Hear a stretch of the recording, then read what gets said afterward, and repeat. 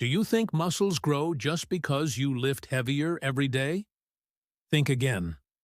The shocking truth is, your muscles don't grow while you're working out. They grow in the moments you're not even paying attention.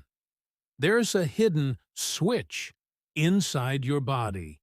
And if you done to activate it correctly, you could train for 2 years and still see no real progress. Why do some people grow fast with less effort, while you don't? The secret lies in something 90% of people ignore every single day. If you've never heard this before, you might have wasted hundreds of hours in the gym. And in the next few moments, you'll finally understand why. Have you ever stared at your reflection, pushing past the burning fatigue in the gym, convinced that every drop of sweat, every tremor, every searing ache was a direct deposit into your muscle bank? We've all been there, chasing the pump, believing that the more pain we endured, the faster and bigger we'd grow. It's a powerful narrative, isn't it? The grind, the struggle, the triumph. A story etched into the very core of our fitness culture.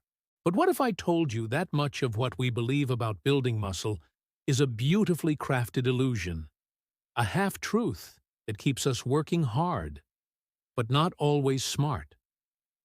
I remember a time when my name was Alex, and I lived by that very creed. I was dedicated, relentless, and utterly convinced that if I wasn't sore for days after a workout, I hadn't pushed hard enough. My training splits were sacrosanct. Chest on Monday, back on Tuesday, shoulders on Wednesday, and so on. Each muscle group hammered into submission once a week, then left to recover for 7 long days. I chased failure, celebrated the burn, and religiously believed that muscle growth was happening in the very moment I felt my muscles tearing under the strain. I was strong, yes, but my progress had stalled. I was putting in the work, but the results weren't matching the effort. Frustration gnawed at me, a persistent whisper that something was missing, something fundamental. It was this frustration that led me down a different path, a journey not just of physical exertion, but of intellectual discovery. I started reading, questioning, digging into the science behind hypertrophy, the true mechanisms of muscle growth, and what I found shattered my preconceived notions, revealing a far more elegant and intelligent system than I had ever imagined. The first revelation hit me like a cold splash of water. Muscle growth doesn't primarily happen during your workout. That intense session in the gym? That's the stimulus, the signal. The actual magic, the intricate process of building new tissue, occurs after you've left the weights behind during your recovery phase. Think of your workout as planting a seed. You don't see the plant grow while you're putting it in the soil. You see it sprout and flourish later, nourished by the right conditions. This means sleep, rest, and proper nutrition are not just supporting cast members. They are the lead actors in the drama of muscle development. This understanding led me to question another deeply ingrained belief: the idea that we need to tear down muscle fibers to build them back stronger. While microdamage can occur, the primary trigger for muscle growth isn't tearing, it's tension, specifically mechanical tension, the force exerted on your muscle fibers when you load them. There's a signal, a remarkable mechanism known as the MTC1 signal, that responds directly to this tension. It's not about annihilating your muscles, it's about challenging them with sufficient load and time under tension. This was a profound shift for me. It meant I could achieve effective growth without necessarily feeling like I'd been hit by a truck. It wasn't about pain, it was about intelligent application of force. And what about muscle soreness? That familiar ache that often follows a challenging workout? For years, I had worn it like a badge of honor, convinced it was proof that my muscles were growing. But the science told a different story. Muscle soreness, or Delayed onset. Muscle soreness, DOMS, is largely a byproduct of inflammation and the body's cleanup process. It's a sign that your body is responding to a novel stimulus, but it's not a direct indicator of muscle growth. In fact, I learned that you can have significant muscle growth with minimal soreness, and conversely, you can be incredibly sore without much actual growth occurring. This realization freed me from the relentless pursuit of pain. My goal shifted from how sore can I get to how effectively can I create tension. The next piece of the puzzle was the timeline of this building process. I discovered that muscle protein synthesis, the actual construction of new muscle tissue, peaks around 24 hours after a workout. And here's the kicker. It's largely complete within 48 hours. Think about that for a moment. If you train a muscle group once a week, you're hitting that peak synthesis for a day or two, and then leaving your muscles in a state of maintenance for the remaining 5 or 6 days. It's like turning on the construction crew for 2 days and then sending them home for the rest of the week. This revelation fundamentally reshaped my training frequency.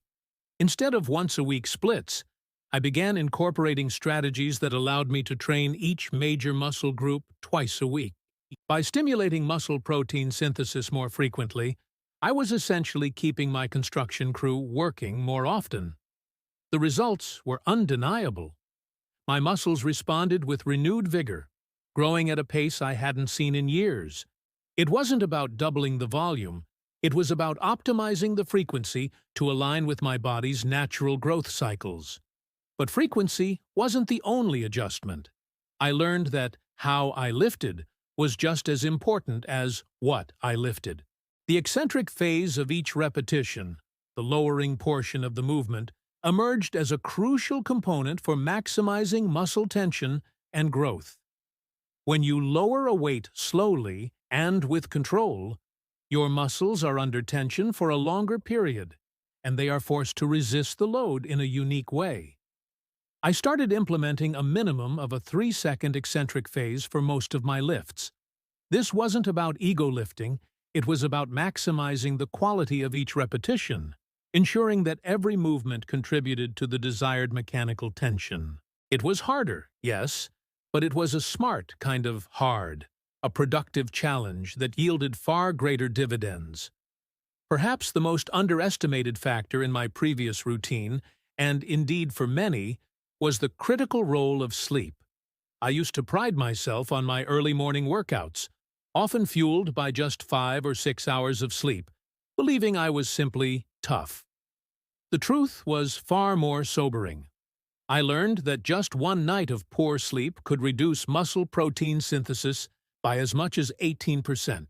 And chronic sleep deprivation, that wasn't just making me tired, it was actively sabotaging my progress, leading to reduced testosterone levels and an increased tendency for muscle loss alongside less fat loss.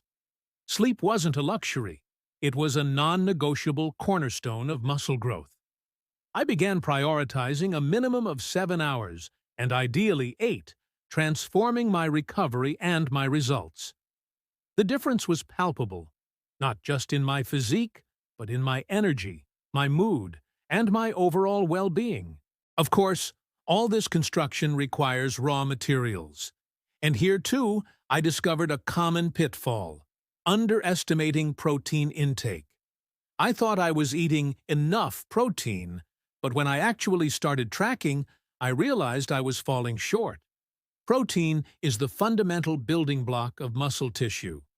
Without an adequate supply, all the training, all the sleep, all the optimized frequency in the world simply wouldn't yield optimal results.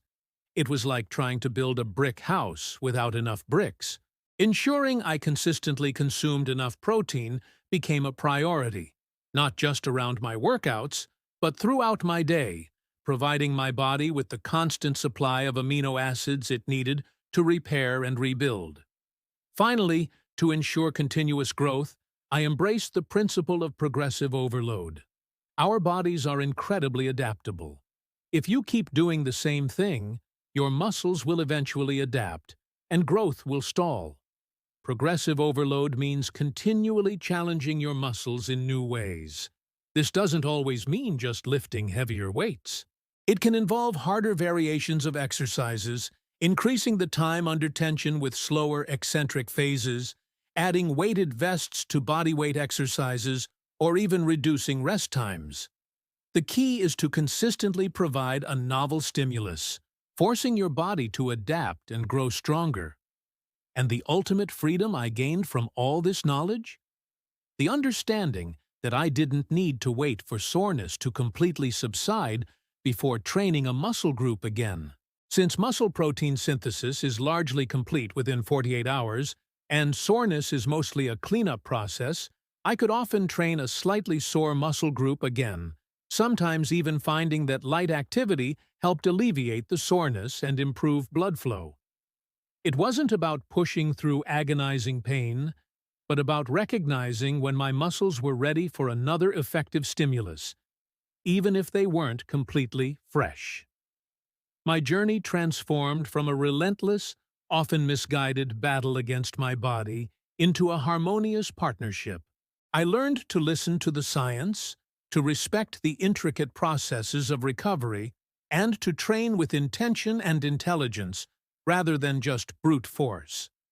The results speak for themselves, not just in the mirror, but in the sustained energy, the mental clarity, and the profound sense of empowerment that comes from truly understanding how to optimize your body is incredible potential.